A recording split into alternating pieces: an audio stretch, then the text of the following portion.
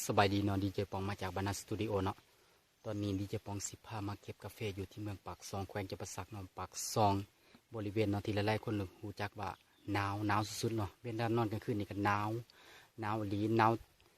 วหลายเวลาอาบน้ำนี่ก็หนาวจนสะบัดเนาะเวลาอาบน้ำนี่ก็ลงไปอาบน้ำห้วยเนาะโดดอาบเนาะตอนนี้เขามาลงตัวจริงเลยเนาะการเก็บกาแฟที่ดกหลายพี่น้องกาแฟ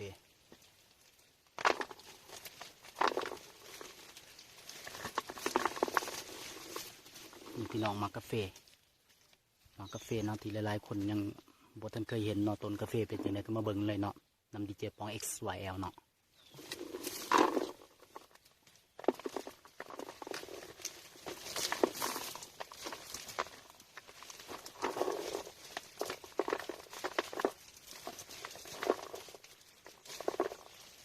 วิธีการเก็บเราก็ต้องหูดเนาะความจริงเขาใส่ซบมือเนาะแต่ตอนนี้ซบมือเขาบ่ได้ใส่เนาะ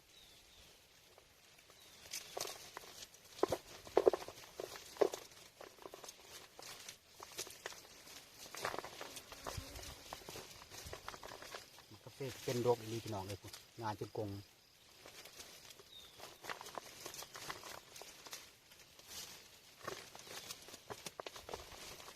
มีหลายคนอยู่เนาะเขาเก็บอยู่ข้างๆเนาะ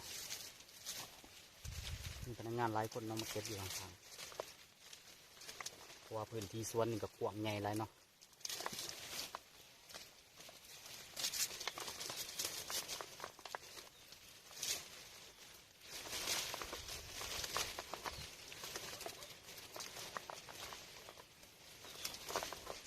หมากซุกกำลังงามเลยเนาะหมาก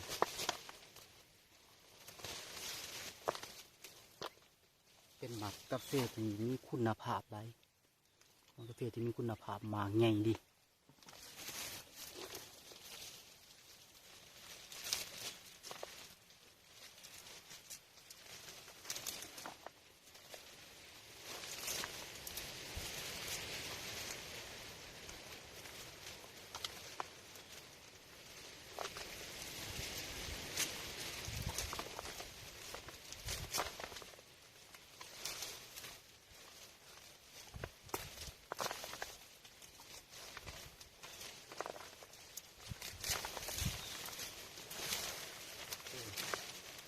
ซ่อนดี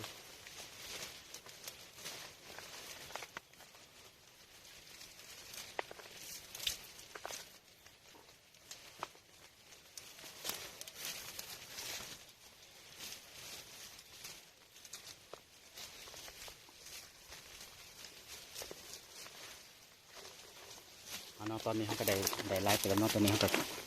มาเก็บใบมันออกเนาะเขาได้ไล่เติมเนาะกาแฟเนาะ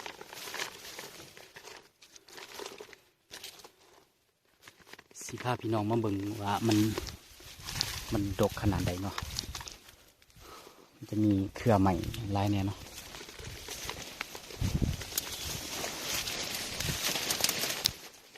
ที่ตอนนี้มันบอลนี้มันจะบ่มีเท่าไรเนาะเพราะมันอยู่ในอุ้มเนาะมาเบิ่งตัวนี้เอามันก็มีบอลดกบอลบ่ดกเนาะเพราะตอนนี้เข้ามาในบอลมันที่บ่ดกเนาะ